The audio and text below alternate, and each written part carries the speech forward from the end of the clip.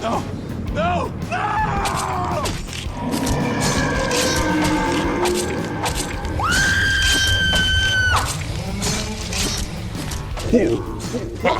Extravaganza.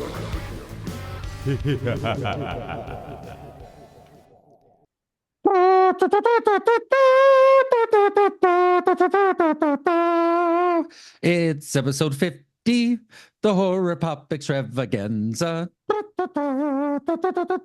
Episode 50, the horror pop extravaganza.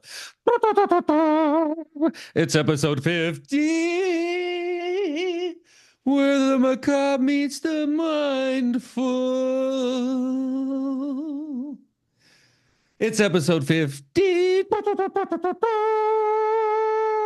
the horror pop extravaganza. What is up, everybody? If you haven't figured it out by now, this is episode 50. There's something special about 50. I don't know what it is. It just feels monumentous. You got to take note of it. Welcome to the horror pop extravaganza. As always, I am Pops Ghostly, and with me today is Johnny come loudly. Johnny come loudly.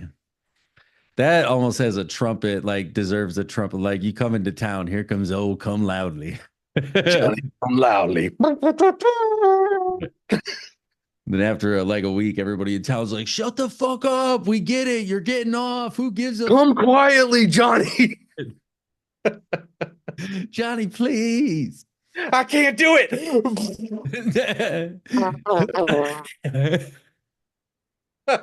It just comes out loud.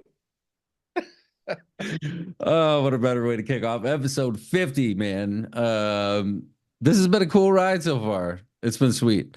50's been cool, and I think this is a great opportunity for us because I was thinking about this movie about 2 seconds before we started recording. I told you, I said, I got a thing. This is our experience, like in time, of something like Halloween. You know, we had the Blair Witch that we got to experience. Paranormal Activity was kind of cool, but those are both very low budget, ghosty things. To see a new slasher icon, Pennywise, yes, people are like, oh, but Pennywise has been around a long time. We've known about Pennywise, and Tim Curry was terrifying as Pennywise. But this, Art the Clown, which my man Damien Leone has been working on since way back to these little shorts and shit, like the Ninth Circle, and then he would do All Hallows Eve and introduce this character, and then Terrifier really gave him a little bit of footing. Terrifier 2 made somebody somewhere puke, and it took off, making millions of dollars. And then Terrifier 3 shows up and beats out the Joker 2, starring Lady Gaga and Joaquin Phoenix. In my theater, which was pretty full, it was the only showing on a Friday night. It was 10 p.m. It was pretty full. The age range was from, like teenager, 17, 18, up to, in my VIP row that we had right there, there was not an old lady, but an older lady. And I'm like, and she's like, oh, I can't wait. We watched the first two leading up to this. Somehow he took this character and stuck with it, and he believed in it, and he continued to foster it. And once he had the ability to say, okay, this is what I want to do with this thing, not to say that it's been perfect across the board, but to see a new horror icon kind of show up and to be a part of it, to be able to experience it. Like, yeah, this is, I can't say anything yet because it's about an interview that's coming up. But somebody was telling me about some Halloween, when it happened, when in time, what that was like when everybody was like, holy shit, have you seen it? Like, you got to go see this Halloween movie. So anyway, Terrifier 3, if you haven't figured it out, we're going to talk about Terrifier 3 today. And we are going to get right into it because I want to talk to you fresh. You just saw this thing. Yes, just saw it. I saw it 2 nights ago, but I was tattooing actually on my homie who I went to see the movie with because he just texted me out of nowhere and was like, yo, I'm going to see Terrifier 3 at 10. I'm like, wait, I thought that was next week. And he goes, no, dude. And I'm like, oh, I'm already in my pajamas and shit. I'm serious. This is like, almost 9 o'clock. I'm like, what do I do? And in light of everything that's been going on in my life right now between, my own stuff that I've been going with, my parents who we've been going through a lot of stuff with after their accident and whatnot. I'm like, I'm gonna go to the movies. It's one of my true loves in life. And this is something I've been waiting for. We have tickets to go see him, to meet both of them, the director and David Howard Thornton, in Detroit. They're gonna do a little signing thing. And I have I think they only printed like 50 Terrifier VHSs when they first released the first movie. And my homeboy Will hooked me up with one. And it's like one of my my VHS collection. So I'm gonna try and get the sleeve out, get like some shiny gold or silver Sharpies and have them, tag that thing up a little bit. I think that'll be cool. So Terrifier 3 shows up after the other one does well. We talked about it beating Joker. It worked its way to $18 million. I want to say the projections were 15 to 17 plus, which it was there, but definitely on the plus side for a movie that, according to whatever the fuck I was reading, was less than 5 million to do the entire thing. So you've made almost 4 times your budget already out of the gate, and you haven't even started, And I was talking to Jason, my buddy, about it, and I'm like, yo, the amount of money that they must be making in merchandising has got to be insane. It's got to be insane because I own at least 7 or 8 Terrifier t-shirts. Yeah. Yeah. And I just keep seeing. Imagine like if you were Damien Leone, who created this thing, and now Spirit Halloween has a life-size animatronic version of your character. How fucking good does that have to feel? And to still be in control of it. Yes, that's amazing. Is that he's the writer, he's the director, he's calling the shots to say, hey, this is how this is going to go. And we're watching it expand in front of our eyes, sometimes good, sometimes not so good. This version, the third, we'll get to whether or not each of us thinks it's good or not so good. But why don't you, before we dig too deep into it, open up IMDb, who's in it, who directed it, even though we already kind of mentioned those 2 things, because there's not a ton of really notable faces, save for some cameos where people show up. But for the most part, I can't remember her name who plays Sienna, but her, and then I feel like we're going to get a little more Gabby as this story goes on. But go ahead, please. All right. What was it? Comes loud? Johnny Come Loudly. Johnny, that sounds way better than Johnny Comes So Loud. That's the turkey bacon version of Come So Loudly. Okay, go ahead. All right.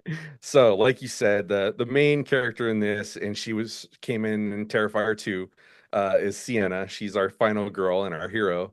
And that is Lauren Lavera. Yes. And we're going to be seeing a lot more of her. She is awesome. She's fucking good, dude. She is good. She was saying that she was the body double for Anna Taylor-Joy in Split, and that's how she got her start. Really? Yeah. I could kind of see that, but I guess I thought Anya Taylor-Joy might have been taller than. So at the time, they had similar body styles. They've both changed quite a bit. Sure. She wouldn't be able to double Anna Taylor anymore. Right. I got you. At the time they did, and Anna Taylor-Joy had dark hair during Split, and so M. Night. Anyway, she was just walking around the set. Her mom was like the crafty person or something, and M. Night saw her, and she's like, it was really weird because he like stared at her for like a really creepy long time, and then she realized that he was like sizing her up, and he gave her a job. And like, I guess they just like talked about movies and shit, and they became good friends because she was a huge like cinephile like he is. That's rad. So yeah, cool story there. That is a cool story. And then David Harbour Thornton, who's Art the Clown. He didn't start off as Art the Clown. The first Art the Clown was not this guy. No. Yeah, Totally different actor. Right. He wasn't Art, I think, until Terrifier. Or was he in? No, All Hallows Eve. He might have been Art, but I don't know. I'm not sure on that either. Yeah, I'm not 100% sure. I can't imagine anybody else doing it. Right. He does it. Did your movie come with the Steamboat Willie trailer? Yeah. Holy fuck. Yeah, dude. That's crazy, dude. I thought they went hard with that Winnie the Pooh thing, but the Steamboat Willie looks like it goes really hard. The Winnie the Pooh had, I think, nowhere near the production value, the first Winnie the Pooh, that this Steamboat Willie looks like it has. It looks like there's some money behind it.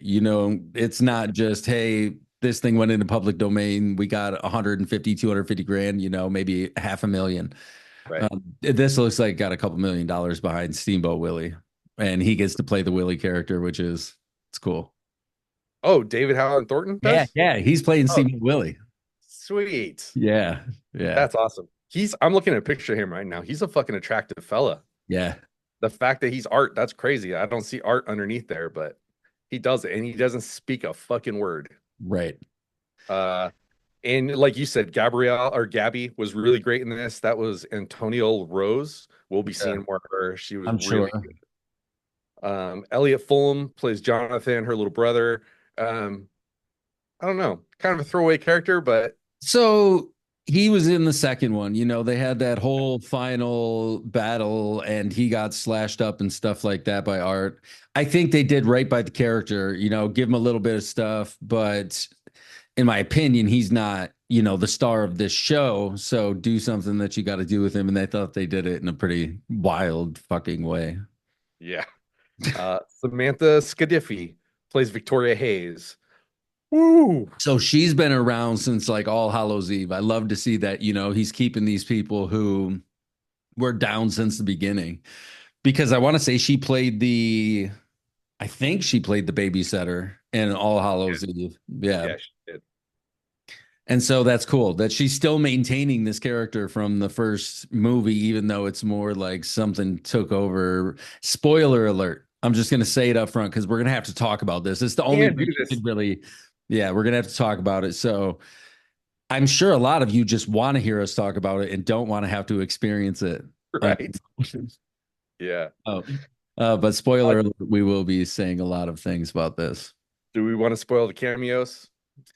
Yeah, Here? yeah. All right. No, not right here. We can talk about Oh, it if they come in the movie. okay. Yeah. All right. Then we'll just go straight to what IMDb says Terrifier 3 is about. Art the Clown is set to unleash chaos on the unsuspecting residents of Miles County as they peacefully drift off, safe to sleep, on Christmas Eve. And we even get a great Terrifier Christmas song. Yeah, we do. It's a Terrifier Christmas or some shit like that. So, first of all, thank you for taking the time to go see it because I know this is definitely not your jam. This kind of stuff is not your favorite, but Oh, this pushes that envelope. yeah. And this one I think this might be our last show after we talk about this. episode 50. I'll send us off, right? So, what were your expectations going into this? So I really liked the first one. I felt that it pushed the envelope really hard. The second one to me felt exploitive, but it dove a little bit more into the idea of art and what he is exactly. I felt this one really nailed it. I think this is going to be the one that people are talking about years from now. We're going to be like, dude, part 3 is hot fire, dude. Yeah, I think you might be right, man. And I mean, it does not, I really didn't think, because you had told I wasn't going to see it in the theater. Like, I didn't even want to see it in the theater. And you were the one that like made me do it. And you told me what was the magic word, which was that it doesn't try to be grosser than the second one, Right. but it still has amazing kills. And I was like, how are they going to do it without pushing the envelope past the second one and make it as good? I think he found that perfect line where there are some great kills. There's some gnarly shit, maybe some of the worst shit I've ever seen, but it didn't feel exploitive like the second one did. Right. I think I'm with you.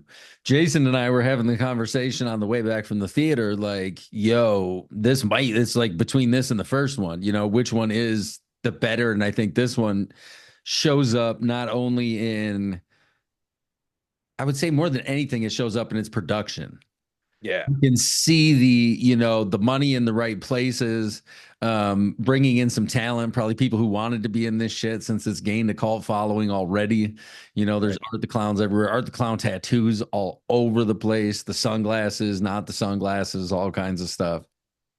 So she, or not she, so we were having that conversation though about, yo, this is kind of crazy. We're having this conversation, and that he was able to do that and show up and say, yeah, I can make this thing. And like I said, I was sitting next to an older lady, and then there's, but there was probably 25 people in my theater, and it wasn't a very big theater, but there were still 25 people in there, 30 people, and everybody just like, yeah, the guy next to me, he was a little freaked out a couple times, and that was all right though. He's like, oh shit, you don't think he's gonna do it, do you? It Like, was the same dude in my theater. It was probably like 30 people, all age differences. There was this goth chick sitting next to me, boobies all hanging out and stuff, and she had a little Art the Clown doll. She was like holding it. She's like eating popcorn and like holding their doll. And I was like, dang, dude. And then there's this bitch behind me who's talking on her phone through the whole credits. I was like, uh, I'm gonna murder this bitch. And then she shut the fuck up. Because you start to realize you're like, the people that are in this theater like this movie. So right. they're all a little fucked up. They might gang up on me. Yeah. So I Yeah. thought about it walking in there. I was like, what would the thought crossed my mind when I was taking a piss before I sat down in the movie theater? That what if the person next to me was completely dressed as Art the Clown and Oh, came dude. that, you know what I mean? Like, Yeah. I think I would probably just move, dude. I would probably just move. I'd go to see another movie, dude. I'd be Yeah. like, you win. I'd go Yeah. way to the top. So we'd have to come past a lot of people to try and get me. I could just start stepping over in the middle. Be like, sorry.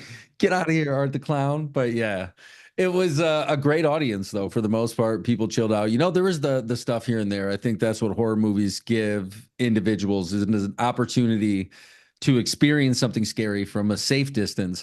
But in this instance, sometimes it gets so scary, and most people talk to get out of it. They talk to the person next to them. They'll say something out loud along those lines because it breaks that barrier. It puts even more distance between you and the terror that's on the screen. And in this case, the terror on the screen is fucking terror on the screen from opening credits. So we open, it's Christmas. Man, Art Man. is yeah, he's roaming this what looks like a suburban house, and the little girl thinks he's Santa. It's really well, it feels like Christmas. And Yeah. mom and dad I think the little girl's like, yo, somebody's on the roof, and you can hear like thump thump thump thump thump. And mom's like, no, it's nothing. And dad's like, fuck, I gotta get up and go to work. It's elves. Don't worry about it. And the little girl's like, no, for real. I think there's something out there. She goes and tries to talk to her brother. This is where we're introduced to the brother. This movie does have the death of children, but we don't actually see any children being killed on screen, which I don't think they could have got away with. I don't know. Like, they showed a couple kids getting hit. They show some aftermath that's pretty rough. But yeah. Yeah, like they got away with the aftermath, but not the actual killings. But Art is dressed as Santa. He goes all throughout this house. He kills dad, or kills little brother first while And she's downstairs. She had snuck downstairs and is kind of watching. Then she sees him go walking up the stairs with an axe. He's just got a big axe, and he goes into brother's room, and you just hear this like whack, whack, whack. And but no screams or anything like that. her imagination fills it in though. So like Right. I saw it, dude. I saw it even though it wasn't on screen. That was fucked Yeah. up. It was. And then Art goes to mom and dad's room and kills dad, like hits him so hard with the first whack that she's barely awake. And that's some scary shit. Like, So eerie, dude, because the yeah. bed was just moving a little bit and she's Yeah. asleep. He's getting fucking murdered next to her. Yeah. And then I've been in that situation, dude, where I wake up and like the pillows are too high. I can't see my wife over there. I'm like, is she even over there? Now Yeah. I'll never be able to sleep again. Yeah, you're right. Because he hacks the husband up, and then the wife kind of gets downstairs, like, run, whoever the child is, like, run away, you got to take off. And we end up seeing that she's hiding. We don't know what is going to happen to her, but we do know that mom gets like open arms, like just like hacks into pieces. It's very, it opens up, and I think it sets the tone for anyone watching the movie. Like, hey, this is going to be gory, and kids are going to die in this movie. Yeah. If you're not ready for that, then I'm sorry about your luck. And The opening scene really is like here's a little taste of what's to come. If you didn't Yeah. handle this, get the fuck out. Right. Yeah. It's like an appetizer. Like, hey, here you go. If you don't like it. And then it's like, bah, Terrifier 3 and shit. And we go back 5 years really fast to the end of the second movie where Headless Art's body is like wandering around on its own and shit, trying to find its head. Like, and kills a fucking cop. And so, yeah, kills a cop and takes the cop head and puts it on his head and duct tapes it all around. That's where I think this movie gets away with a lot of its gore and stuff like that, is it's almost cartoonish. Right. Yeah. It's not like Henry Portrait of a Serial Killer or Man Bites Dog or something like that. It's more bigger and, like I said, funny. Yeah. The body's trying to find its way to the hospital where Victoria had birth, that we saw at the after credit scene of the art head that's just eating on somebody. And then Chris Jericho's there. I think he's an orderly at the hospital, and they Yeah. fuck him up too, right at the door. Like maybe even Art's body's going, and then the head's like, while it's eating on somebody else, and it might have had a big umbilical cord or some shit going to her. Yeah, It dude. was, it was gnarly, but looking back on it, it makes sense because they really put on display this relationship between Art and the demon, whatever this demon is, that I assume was the demon, was the little girl from the first one, took on the form of the little girl, and now in this one took on the body, had taken on the body of Vicky and is now inhabiting that. But we see a different Art by the time you get to the end of this, who's almost submissive in a way to this controlling force that we see represented in Vicky. And so this 5 years ago, they do they get out of there together. Well, we should explain. You should explain Vicky because people might not have seen the first one. Oh yeah, so she at the end was the sister of, I can't remember, damn, what was her sister's name now? I can't remember. Either way, but she was her sister who had come to help and was kind of the final showdown with Art before he shoots himself at the end of the first movie. But he slashes her fucking face all off and is like eating her when they find her, and it's like it's bad. And her face is all gnarly, and she ends up killing the reporter and stuff. And yeah, it's pretty cool though. She then, we saw her at the end of the second movie in the post-credit scene give birth to Art's head after he had been decapitated. Yeah, I So never saw that. I didn't know that. yeah, so there's an after credit scene where she's got like poo and shit smeared all over the wall, says all kinds of terrible things that I'm not going to say out loud. And then she gives birth and his head's like, like smiling right when it comes out with the big eyes. Gross. Like you Okay. said, David Howard Thornton he kills it. He kills it as this character. Because I want to say Art, even with maybe it wasn't when he had the head on, but at some point he's on a train and the dude's like, bro, your fucking Art costume is great. Or your, Yeah. whatever, Miles County killer costume, clown killer costume. Because at some point they say something along the lines of, never recovered the body. But before all this, we see Art and Victoria go to this dilapidated house, and he goes up, and maybe there was somebody there, like a bum or something, I don't remember if they killed anyone there. Do you? Before I he, don't think they did. They just like went in and then he goes and sits down in a chair and she's starting to annoy the shit out of him. You see yeah, that. yeah. Like he's not wanting to follow along maybe a little bit with what she's wanting to do. Right, exactly. And she keeps like she's honking the horn and shit in his face, and he's like, "Argh!" Like he wants I, to I murder her. kind of I kind of liked that though, because I feel like that was a nod to the audience, like, yeah, the horn shit's a lot, but fucking it is what it is. You know what I mean? Like, oh my God, oh my God, like when he did it in the store. Because they even say some shit about like the clown cafe, that's the worst shit ever. And for a lot of people, that was a segment of that movie where it's like we could have, done without it. It could have been okay. I have Yeah, no idea why he did it the way he did it. I'm happy he did his thing. But again, not everything's 100%. Nothing is 100% perfect, except maybe Jaws and Alien and Psycho and the Texas Chainsaw Massacre and the crow. and The Crow and the original Halloween. Um, So yes, the no, because they had palm trees in the original Halloween. Like you can't forgive that one. There's palm trees in the background of Illinois. A lot of palm trees in Illinois. But I'll forgive it. Perfect movie. 5 out of 5. 10. Up to 11. Uh I stand by my statement. So they end up in this old, really cool, and the set pieces are great in this one. He's great about finding locations. In the Yeah. second movie, if anything, you could have shot that whole movie in that carnival amusement park area, and it was just gorgeous. But we do see her get into this nasty bathtub and slices her rib, not really her wrist, like her whole forearm open on both sides and just like lays there. And he's rocking upstairs and she like can hear him rocking. And then the rocking just stops. And then we jump forward 5 years, I think. So it's been 5 years since the second movie. Sienna's been in a psychiatric hospital for the majority of this time, like in and out, going in and out after everything that happened. They're trying to convince her, it didn't happen and there were hallucinations or something like that, but she knows. She knows. It's kind of reminded me of Oculus. Have you seen Oculus? Yeah, yeah.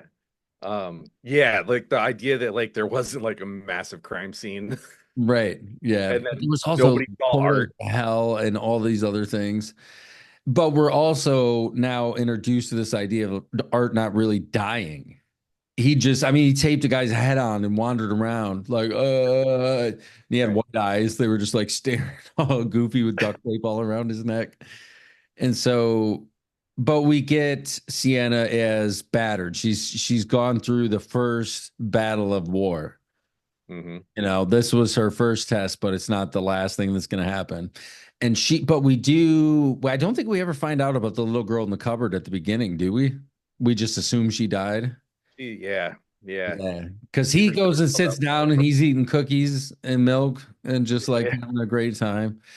I do like when he first sees Santa Claus, he gets so fucking excited. yeah, he does. Yeah. It's Yeah, like but that's the thing. That if it didn't have that humor, it would be too much. it would be too much. He knows to make you laugh, especially after something really gruesome's about to happen. He Yeah. like throws a laugh in there and then hits you in the nutsack with a mallet. Right. And that's what art does well. So yeah, that little girl at the beginning, she gone. So now Sienna is coming to stay with her aunt and uncle and niece. The niece, Gabby, we quickly learned that they had a great relationship coming up in the world and like growing up and stuff like that. That's on display here. Both of these girls show up and they act the shit out of it. And for the most part, everybody else does, relatively okay. There's a couple performances where it's like, okay, the little brother, I think he's fine, but the squeaky voice and stuff, like he's grown so much since that role. Yeah. And we'll get to his demise and his introduction because we actually don't see him for a little while. But she shows up the house, they go up, they're putting on makeup, and pretty quick we see Sienna having hallucinations, correct? Yeah. She sees her dead friend at the table. And it was really disturbing because not only was it gross to look at, but she's banging on the table and she's like, pass the rice, pass the rice. And I was just like, fuck. Because it's not just somebody haunting you, it's somebody haunting you loud. Yeah. And like in your face. And like they get right up in her face in the camera and she's got like bubbles of pus popping on her face. It's fucked up, dude. He's an effects guy, man. And you see it all over this movie because at one point we see Art. I don't remember, but making his liquid nitrogen fire Yeah. extinguisher, Yeah. something special. So Even just Sienna's scars looked really good. yeah, Like you yeah, don't see that any like usually in a horror movie, like the next time you see them, like they're totally like crystal fine, nothing ever happened. She's all fucked up. yeah. She's battle damaged, and we start to get flashbacks of her dad. I don't remember when, but him drawing, and she's like, "Hey, why don't you ever draw girls? Some girl that can beat Blaster Man or whoever." And he Yeah. finally does. We have that crazy scene where he's holding on to it, and it's like, Yeah. and I had a lot of questions about that. yeah, he's having That flashes. was Lost Boys Jason's Patrick too. Was it really? Yeah. I didn't know that. Yeah, dude, that was Oh, Jason that's Patrick. amazing. Yeah, I Yeah. didn't see him under the, kind of the white hair up with the big glasses on and stuff. Oh, that's cool. That makes that even better. Yeah, but he was some sort of artist and he drew this Blaster Man character. And then if you've seen the second one, her whole thing is that she's like made this costume for Halloween to be the character that her dad created for her. And in this, you get to see that creation of that character. She's like this angel with like she looks kind of like Angela from Spawn. Yes, without the mask. Yeah, yeah. Gold armor all over, big angel wings and stuff. She lights him on fire in the first movie, and then the second movie, and then the sword shows up, and she's got that. But it is based on this character that her dad created. And when she does get to her brother eventually, she pulls out the letters and like, look, you wrote this. Like, it is some kind of unstoppable demon, and you are the antithesis. And that's where we're getting a lot more story here. Things are growing. The lore is starting to unfold even more and more. Right. And so we now have Sienna out, and some demolition guys are going into the house to take care of it, get it ready for demo. And the one guy's downstairs looking around a little bit. He's like, hey, you go upstairs. And he sees fucking Art. He's got his flashlight out, and he sees Art sitting there in the corner with spider webs all over. And it's a great image. It is. It really is. But what fucking guy in the world gets right up in it and is like, "Are you alive? Are you real?" Shining his flashlight. Dude, you deserve to be fucking dead. You deserve it. Listen, they were in Jersey. He wasn't like, are you alive? He was like, hey, bro, you fucking real, right? You fucking real, right? he was all over it. But you're right. He gets right up on top of it, and then his eyes fucking like, and he wakes up, and then the woman in the bath, because the other demolition guy had gone into the bathroom and is like, what the fuck? And it's almost like growing out of her. It looks like trees. Oh. Yeah. And her arm just slowly starts to come up, holding the piece of glass that she had cut her arms open with. And she takes care of this guy, slash, dice, while Art upstairs kills the other dude and like has a box cutter and opens from the middle of the fucking forehead, just open and then pulls it open. Like Yeah. I was like, he's gonna fucking he's doing it. Ah. And then the fucking lady comes around the corner and sees him doing it. And they were like, how can we be more fucked up than the Exorcist? Oh, she starts masturbating with a piece of glass and blood is dripping all over her toes. Right. That's right. I forgot all about that. Why'd you remind me? I'll never forget about it. The mind blocked that out. But you're right. It's just like splatter and blood everywhere. But as we learn, this kind of makes sense because they're supposed to be these all-powerful demons from, I assume, the ninth circle of hell, because we get this lady at the end of the last book reading a ninth circle of hell book, or at the end of the movie, she's reading a book, the ninth circle of hell. And so we get that. And then where do they go from there? Because Sienna is hanging out with Gabby. They're going to go to the mall. After she had seen the shit at dinner, the uncle's like, yo, should we let our kid go with her? I don't know about this. It could be pretty bad. She's like, we get the family stuff. And then this is when Art comes into the bar and gets his Santa suit. With Mr. Clint Howard playing, Mr. Clint Howard at the bar. I can't remember who played Santa, but he did a pretty good job too. The dude from all that Rob Zombie stuff. Is it? Yeah. He's no, I don't think it's it because he's passed away. He's from all three House of Thousand Corpses movies. He's I don't think that's him. I really damn it. Yes, it is. Are you got to look at it right now then. You got to go on IMDb for Terrifier 3 and look for, I would assume, like Bar Santa. Daniel Roebuck. Okay. And is the dude. And Daniel Roebuck was in, just 1 second here. Just hang on your little toots. Oh man, he's in so much stuff that it's hard to get down to that area. So he was in Rob Zombie's The Munsters. He played the Count. And you're right. But I thought it was a different actor. I'm telling you, you're correct. All right. Well, don't ever question me again. Okay. I will never question your logic. Yeah. Anyway, Santa's in the bar. Art walks outside the bar. I don't remember if we got anybody killed outside the two demolition people leading up to this point. Because I feel like a couple of the kills are like so in your face. It's like, whoa. But we do get breathing room in between it. It's not super, consistent with like brutal death after brutal death after brutal death.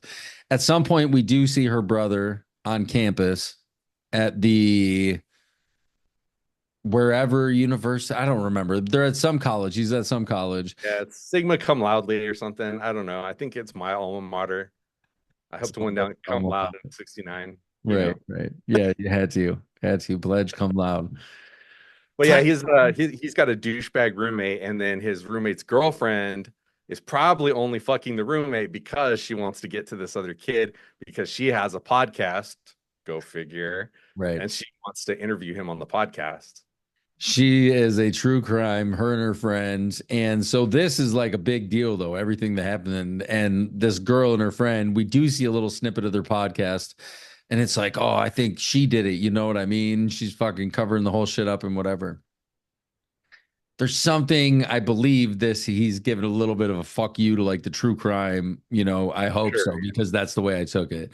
Yeah. Maybe that's just me, not being the biggest fan of true crime podcasts and stuff, just because It's exploitive. It is. it is in a lot of ways. It is And very it's getting worse because now they're really digging to the bottom of the dirt trying to find more stories because they've done all the big ones. or when something happens, they show up like while the cops and shit are still Right. there. And it's like, yo, let these people breathe for a minute who have suffered this tragedy before we start to exploit their tragedy for clicks and likes. There was some movie I watched recently about that where some live streamer went into a haunted house. And it was pretty good because all his likes just kept going off and off. And it was like fake, fake, fake. And this dude like really had gone through all this shit. He had all these, followers until this moment. They're just like fake, fake. And it was like such a quick rise and decline in the current social media landscape. So anyway, she's seeing shit a little bit at dinner. They're gonna go to the mall. The brother, like you said, he's just kind of staying to himself. I don't know. I didn't really see anything, I don't. But he was the only one who kept her out of jail. They sent her to a site because he testified in on her behalf. And they're like, if the sister hadn't testified, then she would be in jail. I think something like that. I've only seen this once, so if I get some of the details wrong, please forgive me. But he is trying to forget everything that had happened, but this idea of Art the Clown exists now in this world. He's bigger, this big story. And the girls are like, well, I don't know if this, that, or the other. She shows back up into his life, shows up on campus, and they're like, holy shit, you're her. This is crazy. You're Sienna, and fucking, can I please talk to you? And she's like, yeah, you can fucking, am I coping? Am I coping? Like, I take all these pills every day and shit. And the brother's taking pills at the same time. They're both, we see the aftermath of their encounter with Art the Clown. That's what I like though, PTSD. because so often, like, I don't feel like they showed Laurie Strode as like she had PTSD, but I don't feel like they showed it like really how PTSD is, like your whole life. Some of it, yes, some of it, no. Her closet drinking, constantly being a little bit drunk and shit like that. Super paranoid about her kid leaving and, not wanting him to go on the camping trip. I think there's some of that. And it had been 20 years since the night at the hospital in that timeline. If all right, that was a bad example. Let's talk about like Sydney from Scream. I don't feel like she has enough PTSD. She had in a couple of them, dude. Was it the third one where she had the dog and she was living by herself with the? I'm gonna go fuck myself. I'll be right back. Yeah. Anyway, back to Terrifier. We go to the mall where Sienna sees Art as. Oh no, we didn't even talk about all the deaths in the bar. Yeah. And again, though, he shoots a couple of them, but looks really sad about it. Almost like he doesn't want to be doing it that way. Yeah. Doesn't make sense to him. Why use a gun? And I've loved that they've carried that over with the character. There's no creativity in it. There's nothing. Yeah. He's like the Joker in so many ways. Just more, I would say, not really more extreme. The Joker has done some shit, even though it's all, left to your imagination off page. But in some of those books, it's bad. Yeah. It's really bad. But he's this evil incarnate is what they've decided to call him. He's this manifestation of pure evil that we still don't know fully the connection between the dad. There had to have been, I feel like, something there. Like he knew his little girl was going to be the hero and had to be, even though he knew the suffering that would come with it. he Yeah. still gave her this thing like, hey, this is the hero. But where did the dad get the initial pull to this good versus evil? Because we really are set up now as like, Van Helsing and Dracula. We have these two forces coming together to see which one will come out on top. But in this case, it's hyper violent and hyper gory throughout. So he ties Santa Claus up Well, because I he love. sits He's on so his lap. excited, Yeah. and then yeah, he sits on his lap, and Santa is actually like, I like this guy. This guy's fucking crazy until he pisses on him. Well, because at first he's like, yeah, let's everybody get a drink. And then he's like, yeah. And he puts the shot back and just turns and spits it right all over Santa's face. And he's like, what the fuck is wrong with you? He's like, what are you doing, you dipshit? What are you doing? And then he starts pissing all over his leg. And he's like, so this guy, get him the fuck out of here. And they go to throw him out in his bag of shit. And he pulls out a gun, puts one in Clint Howard, and puts one in the bartender. They pretty much get, I mean, I would say the easiest way out. If you had to run into Art, you got very lucky. Give me a bullet in the head. Right. So he takes Santa, ties him to a chair, and Santa's trying to tell, like, I got grandkids and shit and this and that. But when he first went into the bar, he tugs on Santa's beard and he's like, oh no, Sonny, that's real. Be careful. He's like, Santa, you got to have a real beard. If you don't have a real beard, that's not really Santa. And so Art wants to take his beard. But first, he starts freezing his legs and shit with the liquid nitrogen and just smashing them with a hammer. It's Yeah. just the effects are good. I will say though that I don't know that most human beings would have still been like kicking and ticking after, but I would have put the crazy eyeball moving around in there too. I'm like, yeah, show it off, dude. If you know how to do it, do it. You know how much I love practical effects. So I'm like, do it, dude. Make the thing again and fucking do all practical effects. Please make that happen. We as viewers though like to think that like you get stabbed and you die. You don't do In that. real life, it takes a long time for people to die. And we hear these stories about how like they were trapped in a building for 42 hours and they were like, they don't tell you like that they were like all smashed to pieces or whatever. Like people can go through some horrible shit and all I'd want to do is be dead and you're still alive. That is true, but I don't know about like your legs are completely smashed in and half your face is gone. Unless it was just sporadic eye movement, but I swear I still heard like, ah. No, no, he's like looking through his one good eye and Yeah, like you see the terror in his eyes. He's comprehending still. And yeah. that's what fucking fucks with me because I'm like, I don't want to comprehend. I want to just be dead. Like, I don't want to comprehend. I just want to be dead. yeah. Right though, in that situation. And he mashes his beard off though, and then puts it on his own face, and then And gets he's the got that whole bloody costume beard on. through the rest of the Yeah. movie. It's so gross. And he's got the Santa Claus outfit on. It looks good. He takes off with his bag of shit, and that's when I think she sees him.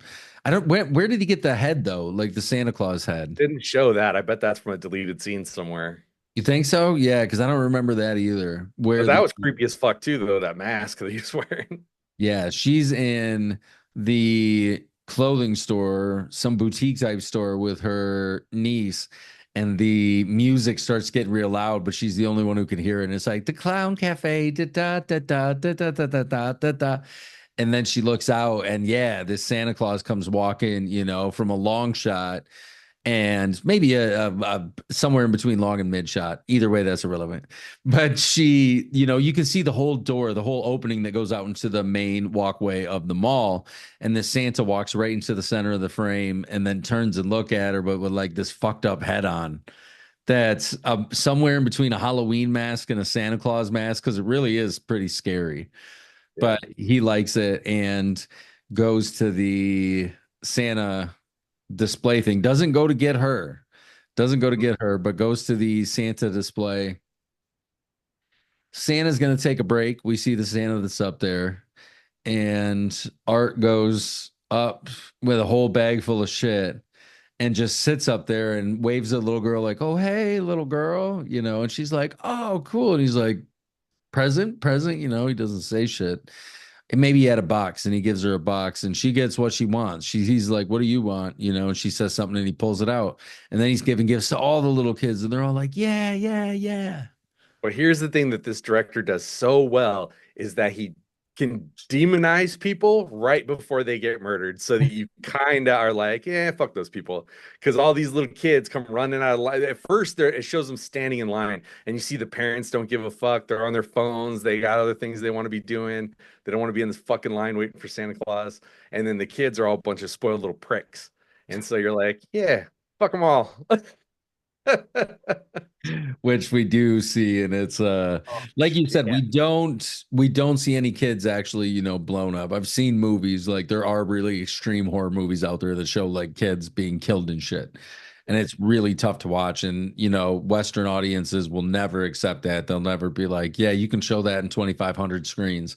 And with something like this, if you want to start making that bigger money, and in some ways, and that was my toss up between this and the first movie, is I think there was something scarier about when I didn't know any more about art and right. didn't see him, in what we'll see at the end of this, what looks like a more kind of submissive position where he's being told and kind of orchestrated where he's going to go and what he's going to do.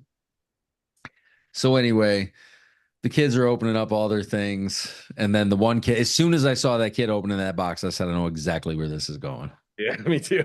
I was like, oh man.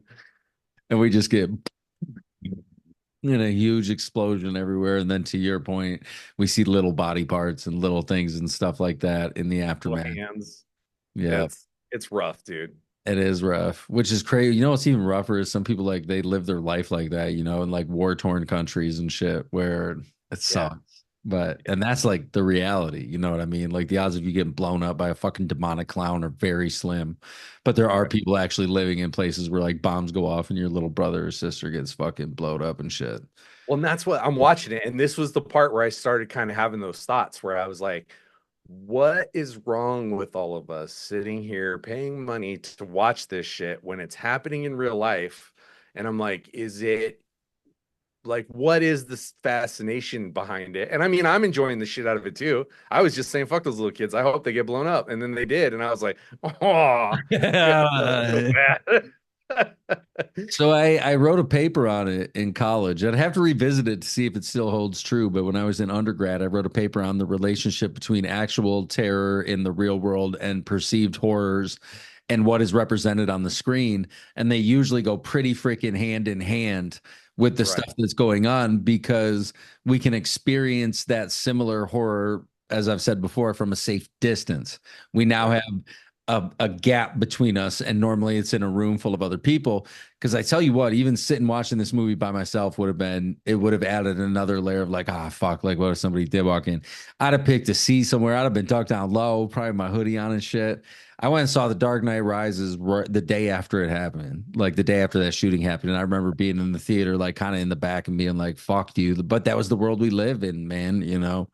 It's Yeah. like real life is often much, much scarier, but people like to see things portrayed that are similar to what's going on in war. Like with the 40s, we had World War II, post World War One, where everyone wore the same uniforms. You had Dracula versus Van Helsing. You had whoever versus whoever. It was cut and dry. It was very black and white. And then we had the nuclear age and the nuclear scare and all that stuff happened after we dropped the bomb. And then you look at Japanese cinema and the original presentation of Gojira was fucking crazy. And it's like, yo, we forget that this had just happened.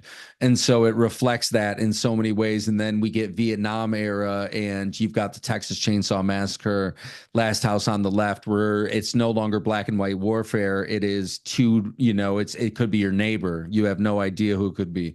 Then we get to the 80s, we get, the techno exploitative, excessive nature of everything that was represented in the culture at the time, Wall Street going fucking bananas. We get to the 90s, we're tired of the 80s and the shit that had gone on there. We're like, man, it was too much. We got to do something else.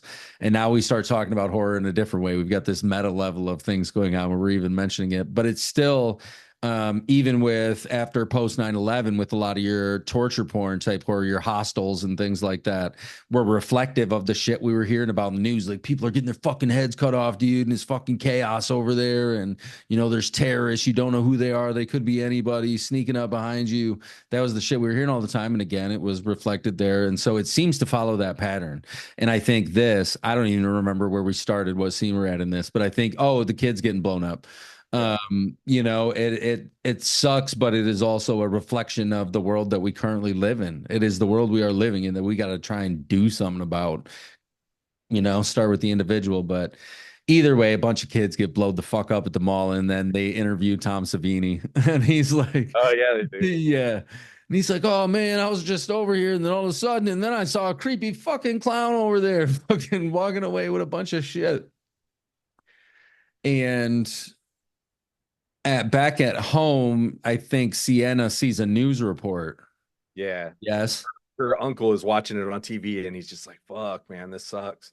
And she's like, oh shit, this is not just because they're like, we don't know if it's a terrorist attack. We don't know what happened. And she's like, he knows that it was fucking art for sure. And that she actually did see him, that it wasn't just her imagination. Right. Right. And at one point, the Victoria puts a bunch of art looking makeup on herself. I don't Yeah. remember when that happens, but that's creepy It's too. actually easier to look at after that. That is true. That is true. She looks a lot more like him. But she had already talked to her brother at this point a little bit and is like, how are you doing? But they still are like, what fucking happened. You know what happened that night, Jonathan, maybe. Right. Yeah, she Yeah. kind of like gets in his face and she's like, you wrote these fucking letters, like snap out of your bullshit. You can't ignore it. It happened. And Right. then he's like, yeah, what about the knife? And she's like, it's fucking buried back where we killed Art. And I loved that, like, they didn't make a big thing of her going to find the knife and everything. She comes home with a Christmas package and her hands are all dirty. Right. Yeah. And he even asked her at one point, like, did you get it?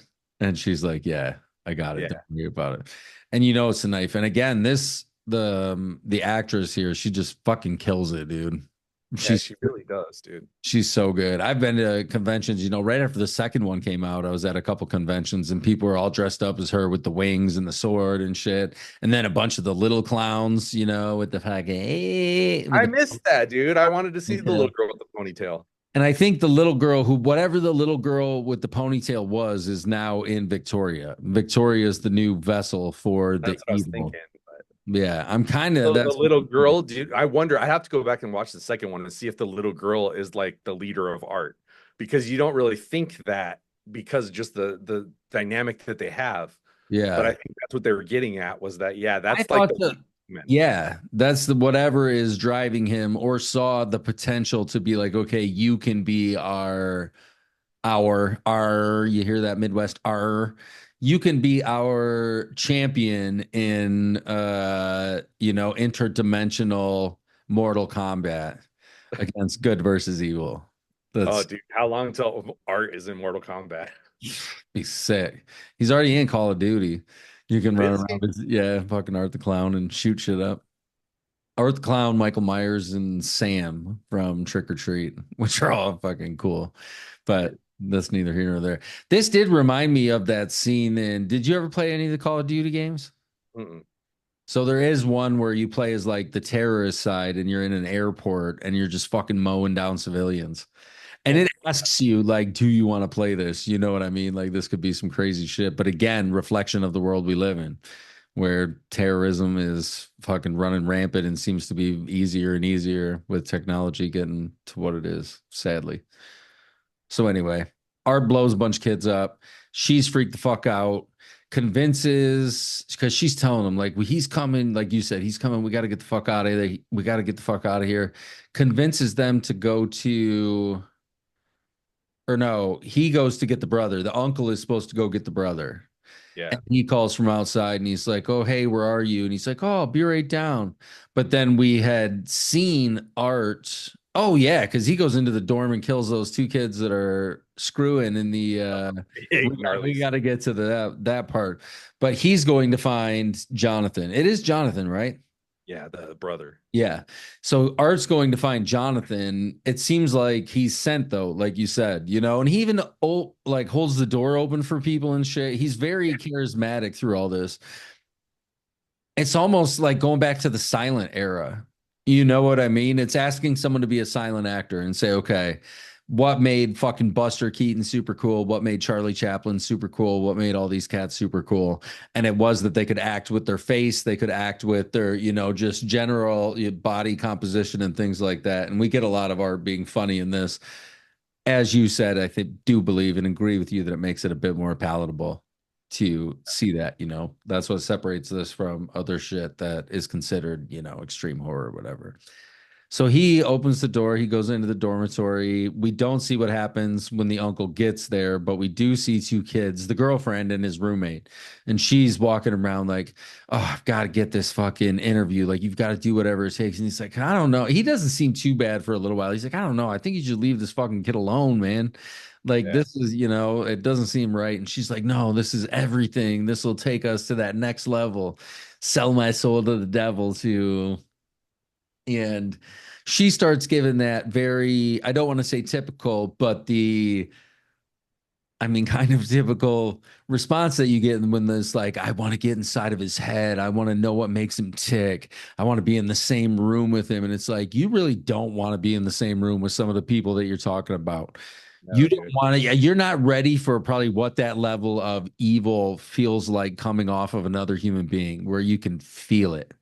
You She know says, what I I want to mean? look in his eyes and see if he has a soul. And Right. that gave me shivers, dude. And he's outside the door, like, oh, He's like, don't. oh, shucks. Yeah, stop. And the boyfriend's even at one point is like, it sounds like you want to fuck him. And Art's like, and she's like, no, I don't. And he's like, oh man.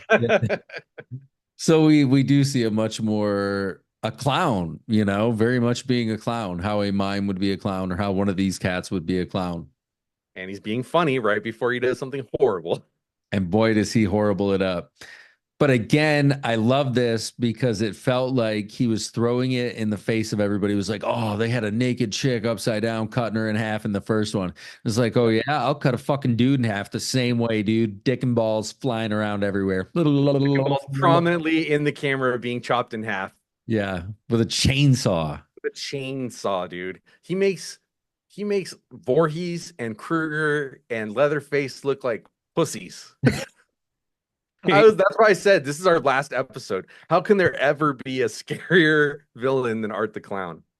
I think there Fuck. can be. I think there can be. Just in different ways, but in the slasher genre, I think there's something to me scarier about the Chainsaw Family because they're also real, but maintain that family dynamic. Right. There's something taking the idea of the 50s or 60s nuclear family and being like, what if they're all fucking cannibals? Yeah. What do you got? There's something scary about that. But you're right. He's a badass, dude. And he does crazy things. And in this instance, they're in the shower doing it because she's like, come on, I'll fucking do it to you if you fucking give me the interview. What do you think? And he's Yeah. like, oh, yeah, dude, I'll do whatever it takes. Just ride my boner. And they're in the shower getting it on a dormitory shower, which they were the only one in there at the time, which seemed odd. I guess everybody else was at the party. They said there was some big party going on. But they're in a shower dormitory or a dormitory shower, and Art's got his chainsaw and he like sneaks up and he's listening to him do it and stuff like that. And I love that we never get any real nudity in this movie either. It None. was also him being like, yeah, I assume it was him. I shouldn't say it was him being like that, but in some ways it was like, oh yeah, if you were so offended by that, I won't even show you that, but I'll show Right. you something else. And so he gets right in there with the chainsaw through the glass, and there's shit going everywhere. Yeep, yeep, yeep. Gets her in a really bad way and then puts glasses on her after That her face takes is them off so he can gone. see her eyes. Yeah. And he stares at her and then he fucking puts the glasses on her. Yeah, that was very Yeah. haunting. And then the boyfriend's on the ground after I think Art had like swung his chainsaw, got his leg, maybe his calf, but a big chunk of one part. I think the guy was trying to like walk away and he might even like kicked a chunk out or something like that. And yeah, his leg like broke and he fell to the ground. He's laying there. He's got his hand chopped in half and he's trying to crawl away. And this guy gets it fucking worse than anybody. Yeah. So he gets the chainsaw going and straight up the old poop chute. Right up the poop chute, dude. And I was like, oh, that's not too bad. And then they cut to like the fucking glory angle. Like they just show like the nuts go flying off and the fucking dick gets kind of like slapped aside by the chain. I was like, Jesus fucking Christ. And like in the theater, everybody was like, there was like an audible like, fuck. Yeah. Everybody was just kind of like he needed a drink after that. Like it was so much. It was pretty bad. And again, I've seen a lot of the really bad stuff, you know, what people consider the like more not mainstream extreme horror. But this, at first I was like, man, I feel like the chainsaw would have grabbed up your junk so fast and just flung that flesh everywhere. Like you like dick and ball flesh is not strong. Like you got to really work through it at all. And you're right though. The camera angle is on the floor between this dude's legs from behind, looking right at his butthole in his nutsack, and the chainsaw just goes in, and Art's having a great time. He chops him into a whole bunch of different pieces, makes a bloody angel, and that's where Oh, we get it's bloody on the floor. the Terrifier Christmas song. Yeah, dude. It was gnarly, dude. It was gnarly. And that was only because I think he just wanted to kill them. Because oh no, because he heard them in Jake's room when he was looking for, or Jonathan's room when he was looking for Jonathan. Yeah. And we see the uncle outside and he calls and he's like, oh, yeah, I'll be right down or something like that. Cut to black. We don't see them anymore. Go back to the aunt and uncle's house, I believe. And once we are at the aunt and uncle's house, Sienna's like, fucking shit's about to go bad. And the little girl she learns had read her diary and stuff. And she's like, you know, do you believe this is true and whatnot? She's like, I don't like cereal. Don't fucking give me no Rice Krispies and shit like that. But sorry, I feel like my allergies are just now kicking up. But the little girl and the mom's like, oh no, don't worry about it. You know, you're kind of scaring me or some shit like that. But we do get this final, and I feel like I'm overlooking a few things here and there, but forgive us. We both just saw it at the theater. But we get our final showdown at the house. Yeah. And this is pretty brutal and goes on for a while Yeah. Yeah. because the uncle gets cut from like he's hung up on the wall, like he's almost on a cross, but with no head. His head is the star on the tree. Yeah. That's right. And And he's then on Art the pulls wall. all of his intestines out and wraps them around the tree. That's right. And then at this point his little girlfriend is with him and she's dressed in full art costume that she's created and painted her face up. And she really is taking over here. Art's kind of just like messing around with that body in the background while she's like wants the fucking revenge and she kind of like this is where she like furthers the plot. Right. And now, in some ways, Art has a voice, even though it's coming through this other woman. Right. Because I feel a couple times he even looks like kind of like bored, or he's just like, you know, like you said, rolling his eyes at her or something like that. Yeah. But he can't do anything about it. He can't really change it. And so somehow they get Sienna tied to a chair. Gabby's gone. She had run to hide somewhere, but then they go and find her. They've got mom in there, and mom's death is pretty brutal. But again, I feel like that's something that's like old torture techniques. You know what I Yeah. mean? Like medieval torture to put rats into somebody and scare them in, or you put like cut a small hole in them and put it in there, and then put like a knife by the rat's ass, and they'll just climb inside the body and start moving around. Yeah. So this he's not creating anything, you know. It's more just like a reflection of man, we've done some fucked up shit to each other throughout the ages. We should probably stop trying to do that. Right. It's fucked up. So why don't you tell us about moms? Or first we get the present. The Oh that yes, looks yes. like So there's a like a bird cage sitting between mom and Sienna, and the whole time that it's you're like, oh fuck, who's in there? And they finally pull the wrapping off of it, and it's a head that's been chewed up by rats. right. They said It's that's Gabby. Gabby's. and they're freaking out. Sienna's freaking out. She's trying to get out of the chair. She's like, "You motherfuckers!" And mom's freaking out. And then they do the thing where they put the rats in the mom. She slits her throat, and the rats crawl out through the hole. I mean, it is fucked up. Yeah, they put a Fucked big up. glass tube down her throat and then put the rats in there, but they had already like hammered it all the way down into her. It was yeah, bad. And then the Yeah, rats climb out all slimy, and he's just stepping on them like pfft. yeah, yeah. Brutal, So man. at this point, like Sienna's like lost her fucking mind, and everybody's fucking being killed. She thinks that her niece is gone, and they take the head out of the cage. Art does, and he puts it on the mantle, and then he puts her brother's glasses on it, and you're like, oh fuck, it's her brother. And that's when she's like, fuck. And he's like beating her ass too. Though I Yeah, feel yeah, like he keeps hitting hitting her, her. smacking her. Every time he walks by her, he like punches her in the face or like smacks her, but doesn't really assault her Right. because it's not the time. You know what I mean? There's something Yeah, more I feel like going he on. can't. Right.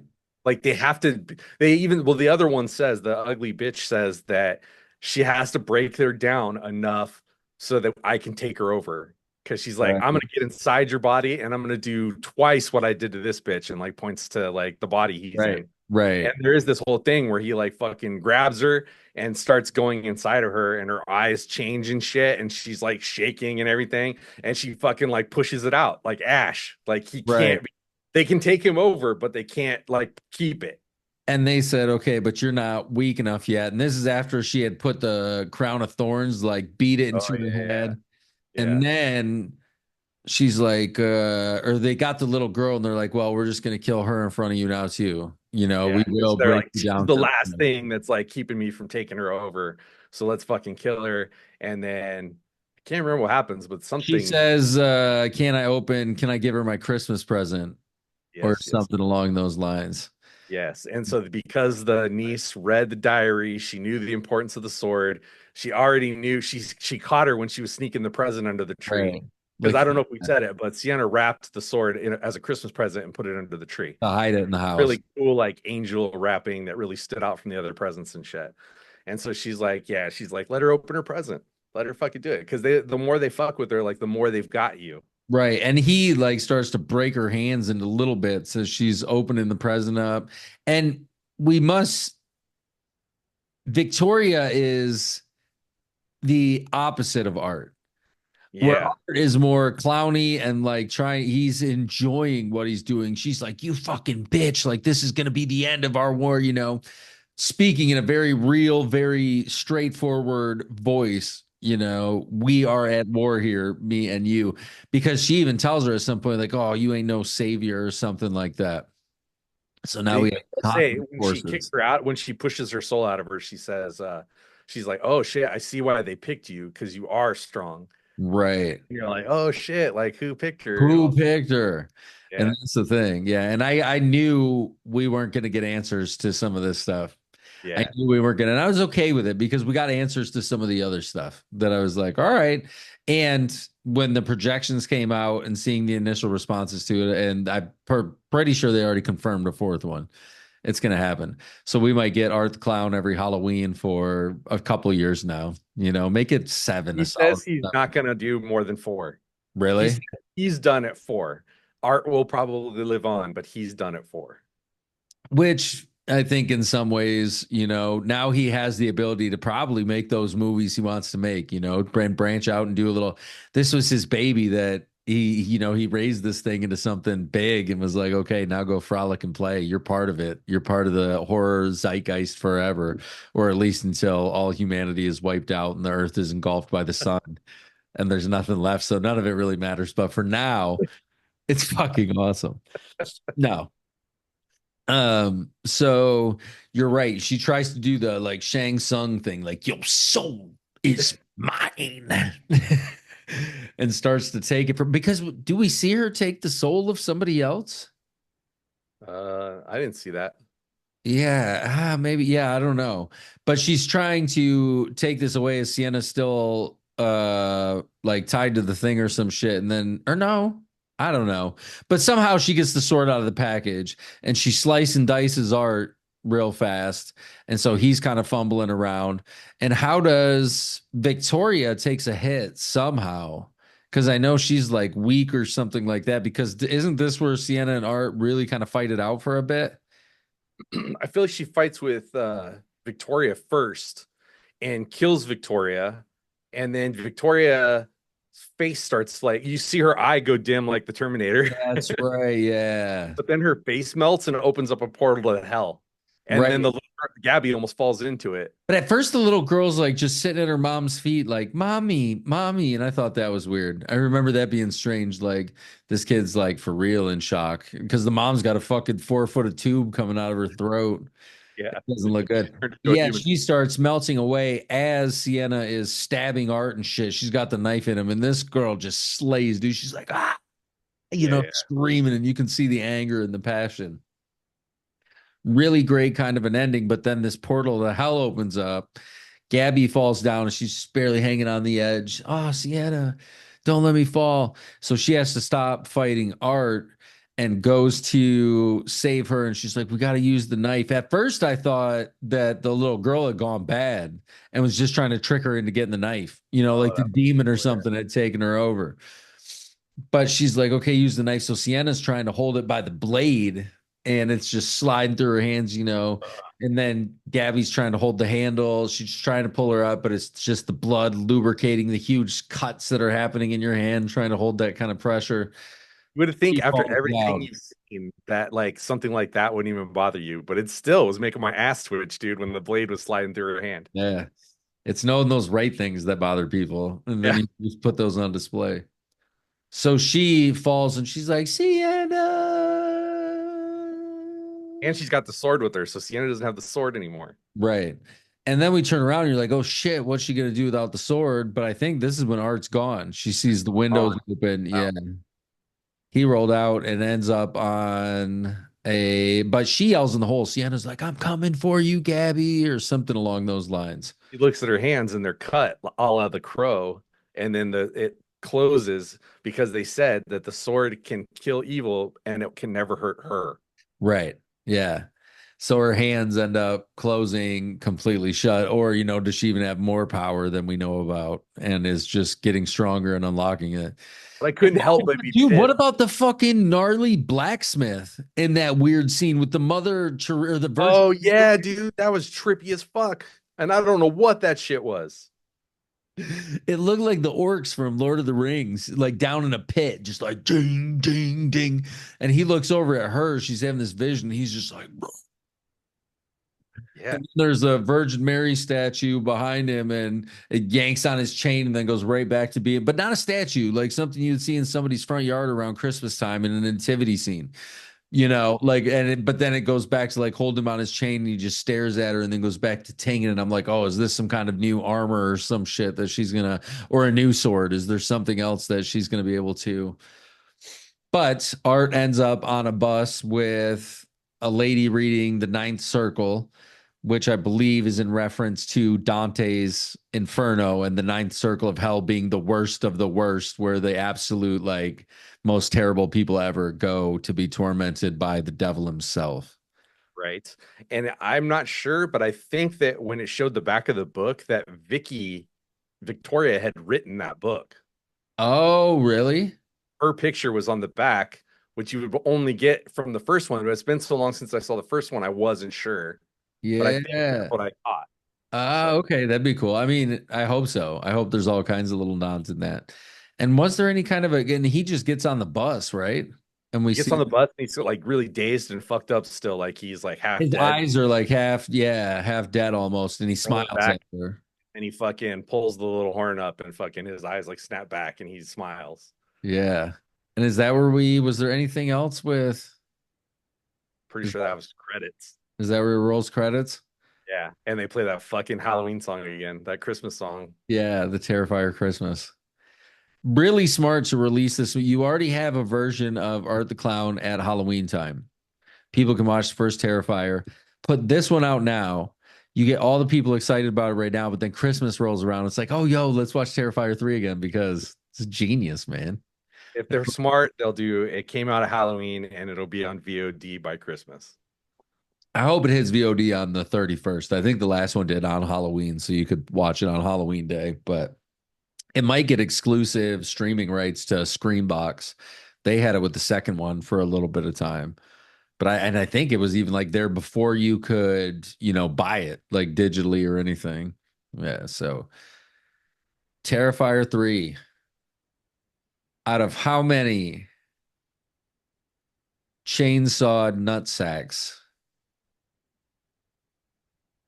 do you give Terrifier 3? Dude, I gotta give this 5, dude. This was fucking nuts, and it's gonna stay with me for a long time. All three of them have.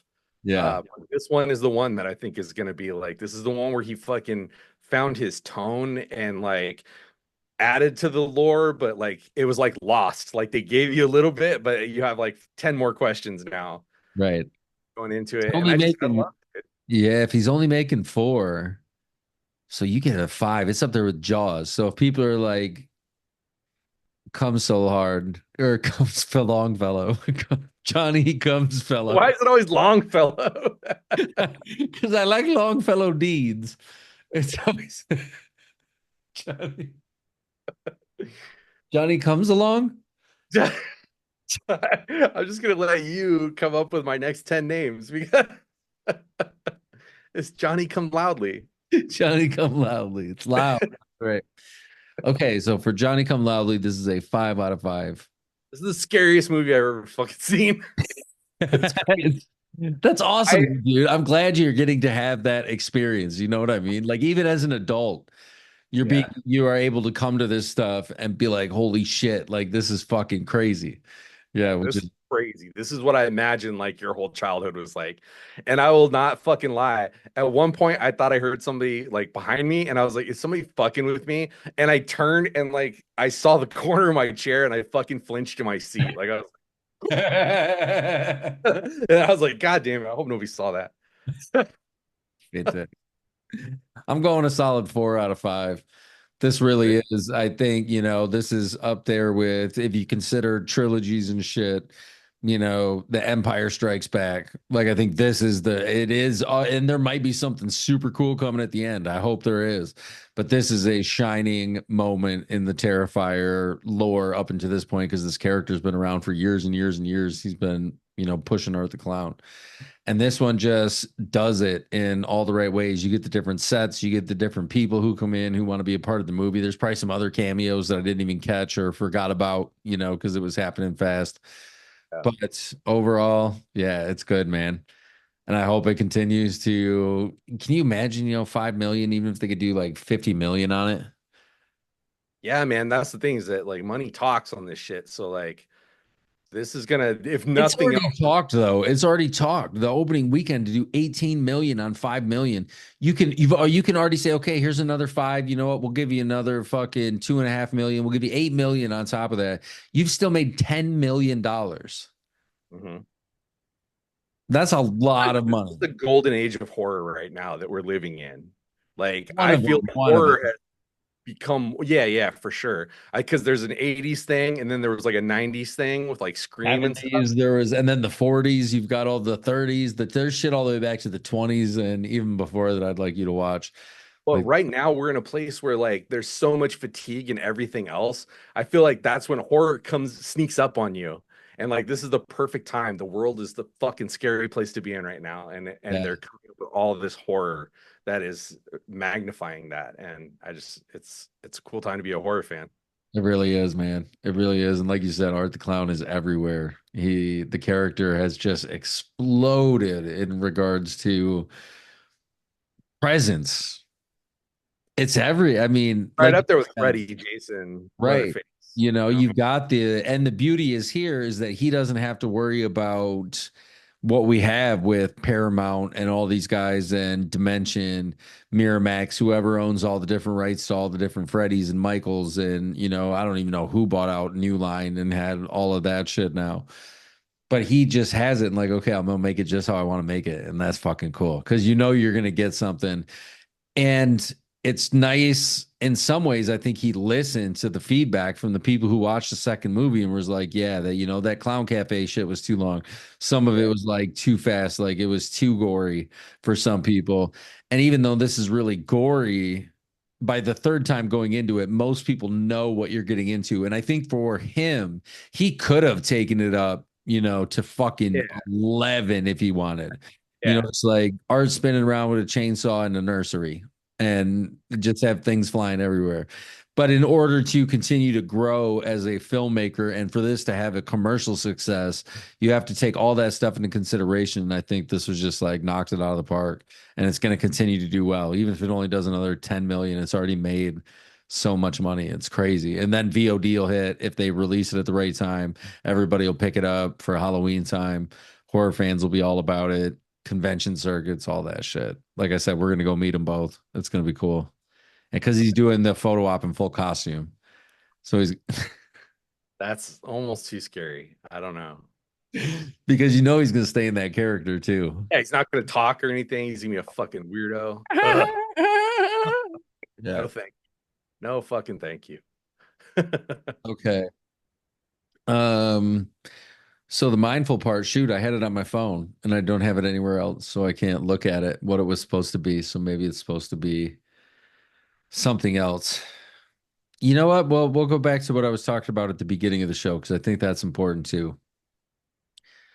My life feels like it's been very chaotic Yeah, for I the can past couple of months. It's been very chaotic between my own stuff going on, then the stuff with my parents that's going on.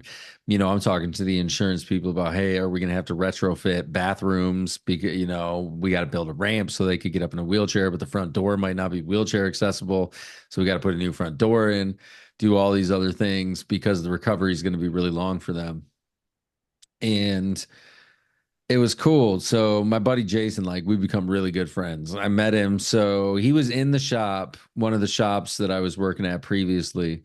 He came into the shop just to get a little flash tattoo, like a little scythe, a little guy on his arm. And I see this dude walk in and he's got a Terrifier t-shirt on and a Scream baseball hat on with Ghostface on it. And I'm like, I got to talk to this guy. And I'm at this point in my career, I am wanting to explore more realism and horror realism specifically, not hyper realism. I don't want to be a photo printer. You know what I mean? I don't want to be a photocopier. That's just not what I want to do. I want to look at something, take those elements, and then put my own little taste on it, just kind of fuck with it a little bit. Like the one I did today. I can't wait to see it healed down. It was cool. It was very cool. But he texted me, I think it was 8:45 on Friday night. And like I said, I'm already in my jammies and shit. I'm ready. You know what I mean? I'm usually by 9:30, I'm turning my TV off. I've got a book in my hand or my comic books in my hand, and I'm sitting there reading and I'm getting ready to go to bed. And he's like, oh man, I'm going to see Terrifier 3. And I'm like, oh, dude, I didn't even know. And even in the chaos, I saw that like I could have taken it one of either ways. Like, no, I'm already comfortable in my habit. I'm in my habit, my routine for going to sleep. I have a routine where I do certain things. I want to do those before going to sleep. And then I sat and I thought about it for a while. And then I talked to my wife about it for a second. And then I was like, you know what, dude, what seat do you got? I'm going to try and get a ticket real quick. Can you swing by and pick me up? He says, yeah. We go to see the movie. And while I'm sitting there, with a bunch of strangers in a dark room with a giant projection screen watching a dude get a chainsaw up his butthole, it was magical because I love going to the movies. I've always loved the experience. My first recollection, I know my mom said she took me to movies before this, but my first recollection was in 1989 at the Port Huron Theater. We went and saw Batman. And I remember being just blown away. Everything was so big. The music was swelling. And this was a cool old theater, too. And everything was just epic on this grand scale. And I fell in love not just with movies, but the experience of sitting in a movie theater with other people who, hopefully, for the most part, are going to be respectful. I told them from day one, I said, just shh, psst, don't talk. What do? We laugh when it's appropriate, but that's it. Because I'm not taking them to horror movies. But to put a little bit of that in a situation, that's been crazy and trying, if you can find ways to do that for yourself, find ways and to relax enough in that, to relax enough in the movie and be like, I'm just here in the movie. I'm not worried about, am I going to be able to tattoo tomorrow? I'm not worried about anything else. I'm just enjoying the movie. It was different though, because for as long as I can remember, I've always got nachos and a cherry Coke. Recently, I've been getting diet caffeine free cherry Coke or Coke with cherry flavor, because they got the fucking machine where you can just make whatever kind of Frankenstein's monster you want out of your soda. Yeah.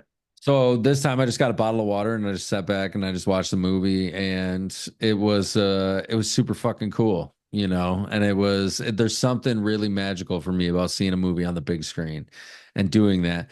But then I was able to look back on it and be like, I needed that in a lot of ways. I could have turned that away and been like, no, there's too much going on right now.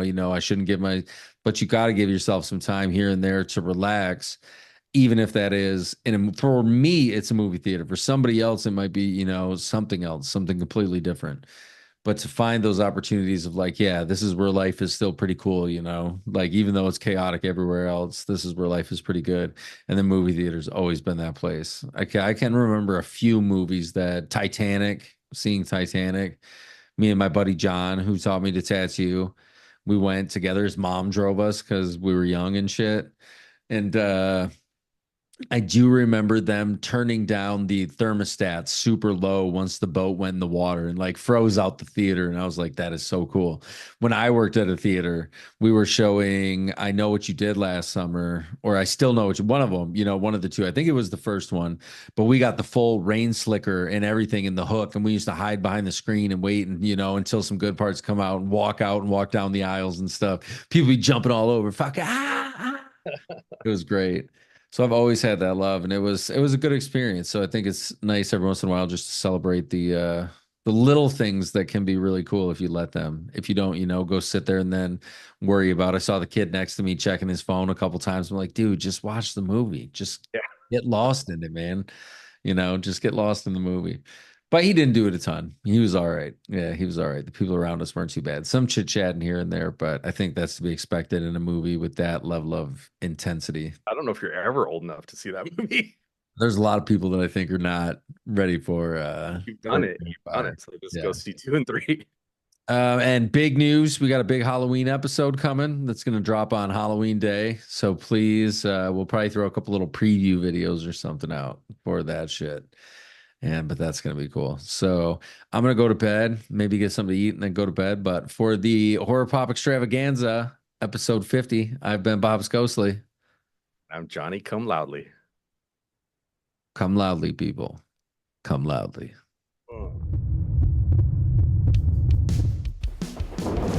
No! No! No!